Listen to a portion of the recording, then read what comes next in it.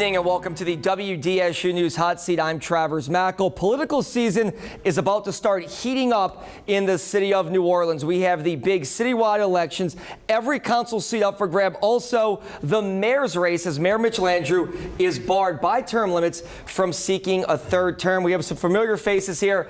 Dr. Silas Lee, Xavier University political pollster, Dr. Ed Chervenak, UNO political analyst. Let's talk about the mayor's race. Chief Judge of Municipal Court, Desiree Charbonnet, her resignation was effective Friday night at midnight. It is now a three-person race for the mayor's race with Desiree Charbonnet, Latoya Cantrell, a city council member, and Michael Bagnaris, a former judge.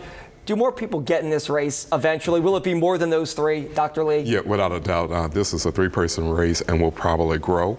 Keep in mind, in 2006, they had 24 candidates running, and in an open seat, it attracts candidates. Now, how many of those candidates will be major candidates in terms of having the resources to mount an aggressive and sustainable campaign? It probably will be no more than 3 to 4 at the very most. Money is going to be tight, and right now, it looks like the major candidates that will be very competitive, they're trying to consolidate their support. Money is always tight. Dr. Chervenak, what do you think about this? Obviously, 3 right now. Will that field grow? That field will grow. Typically, you get your fringe candidates who like to get in there and get their name out there.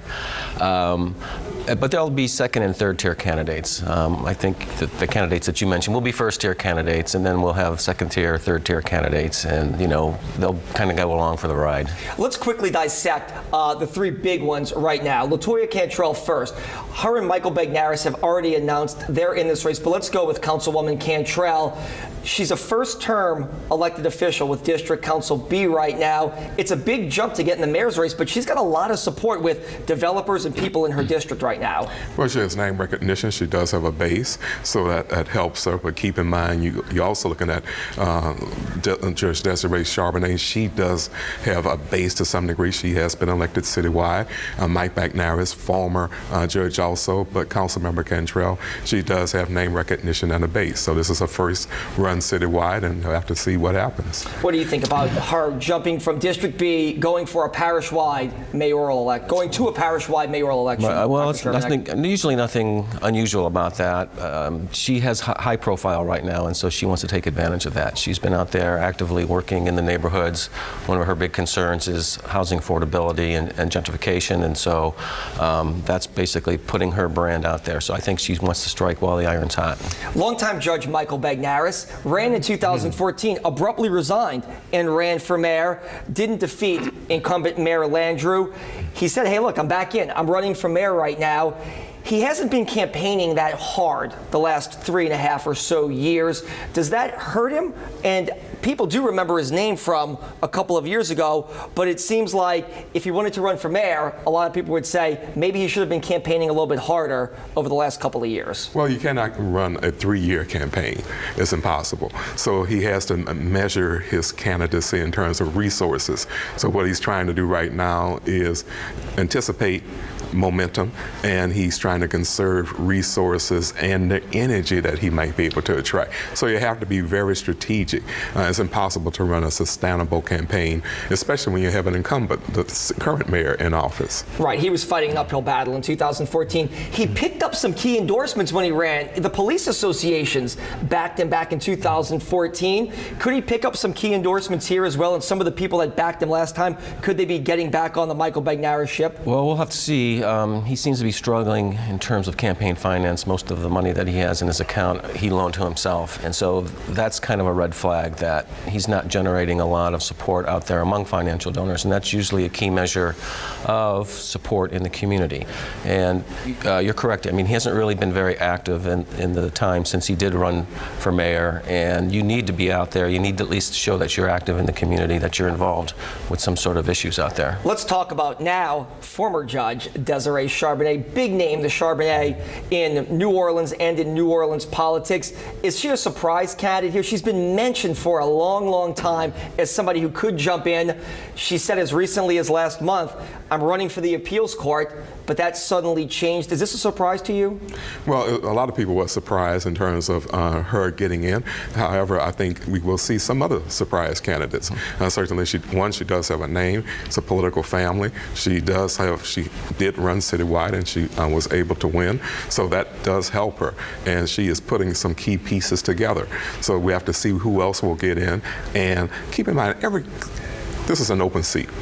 And this is an opportunity for voters to paint the canvas again in terms of the political agenda, and the candidates must be very assertive in how they communicate and strategically monitor their votes and attract voters. So this is a new campaign, new political environment.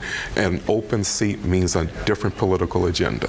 What do you think about Charbonnet's candidacy? I mean, I was surprised because last month when you read her comments that she seemed pretty sure that she was going to run for that judicial seat, that she had pretty much made up her mind. And so I was kind of surprised when she announced.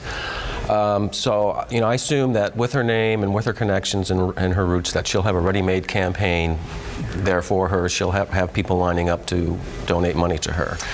There are a lot of other candidates on the fence right now. Just to name a few: State Representative Walt Leger, State Senator J.P. Morrell, State Senator Troy Carter, State Senator Karen Carter Peterson. Do any of them jump in, and does Desiree Charbonnet, LaToya Cantrell, Michael Bagneris being in affect any of them if they are sitting on the proverbial political fence? Well, what the other candidates are doing, they're looking at the possibility of taking away support from some of the top tier candidates. And what they will probably consider is, okay, who might be the most vulnerable, where I will have to direct my resources. And I think the other candidates, they are looking at the fact that the more candidates, the smaller the percentage of votes you may need to get into the runoff. We have to see. I mean, this is like a soap opera, and every day something. It is a soap opera, you're right. So every day something happens in terms of who might get in, who might get out, and what may impact the race. What do you think about that, Dr. Charbonnet? Could these three being in right now affect any of these other candidates who are thinking of it? Absolutely, thinking of getting absolutely. You know, they'll be watching to see where her endorsements come from, where her money is coming from. And we have to remember the people that you mentioned, they're totally immersed in the budget situation up in Baton Rouge right now. So right, their hands are full already. Yes, and so, you know, that's where their attention is right now. And so it'll be very difficult for them to kind of run the campaign for mayor and do their legislative responsibilities at the same time. What's the biggest issue when we get to the campaign season here and we start having debates and people start running advertisements and the public is watching these candidates closely? What's the biggest issue? And you all have both done studies at UNO and at Xavier. What's the biggest issue voters care about right now for the next mayor? Public safety. Infrastructure, but definitely public safety. And you know what's unique about this is the fact that when it was done polling all the way back to the 80s, crime and public safety was number one. Then there was a period where, naturally after Katrina, it shifted from public safety to the recovery from 2006 to like 8 or 9, then back to public safety. So definitely public safety. And I know you've done polls at UNO, right? Yeah, every time we do a quality of life survey, crime ends up as the #1 issue for people in the city. The only exception was post-Katrina when people felt there was a lack of leadership. But other than that, crime always tops the list. I think economic development continues to be an issue in the city, and affordable housing. We've seen a huge increase in rents and in housing prices. People are being priced out of their neighborhoods, and so that's a real concern. Whoever wins this office, what kind of city hall are they taking over from the Landrieu administration? When Mayor Mitch Landrieu took over from Ray Nagin back in 2010, he said, look, you left us almost bust. He had to make major budget cuts. They had to furlough employees. They had to go on hiring freezes. What kind of city hall, city government, let's start with you, Dr. Charbonnet, and go with you, Dr. Lee. What kind of city government is the next mayor taking over? Well, a much more professional, a much more consumer-friendly city hall. It's almost like night and day from the period, you know, during the Nagin years, City Hall was just a mess.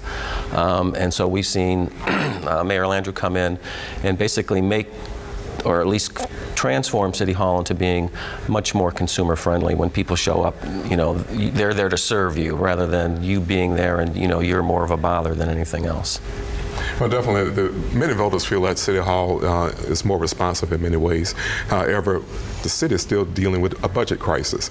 Nothing new. From the 60s, we've been dealing with a budget crisis. So looking for ways to develop and implement sustainable revenue sources for this city, as well as trying to keep citizens in the community and creating opportunities for people. Let's talk about the three candidates. Let's get back to the three, the big three right now, the three that are in right now: LaToya Cantrell, Desiree Charbonnet, Michael Bagnaris.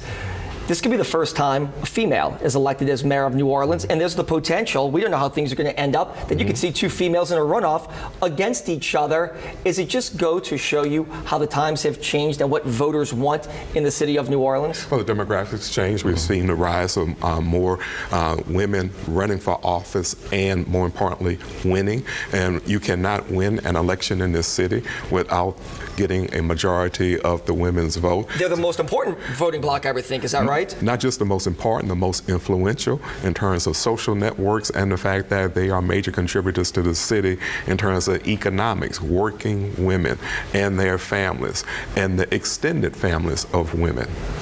Yeah, the future is female in New Orleans. We've seen certainly a majority female city council.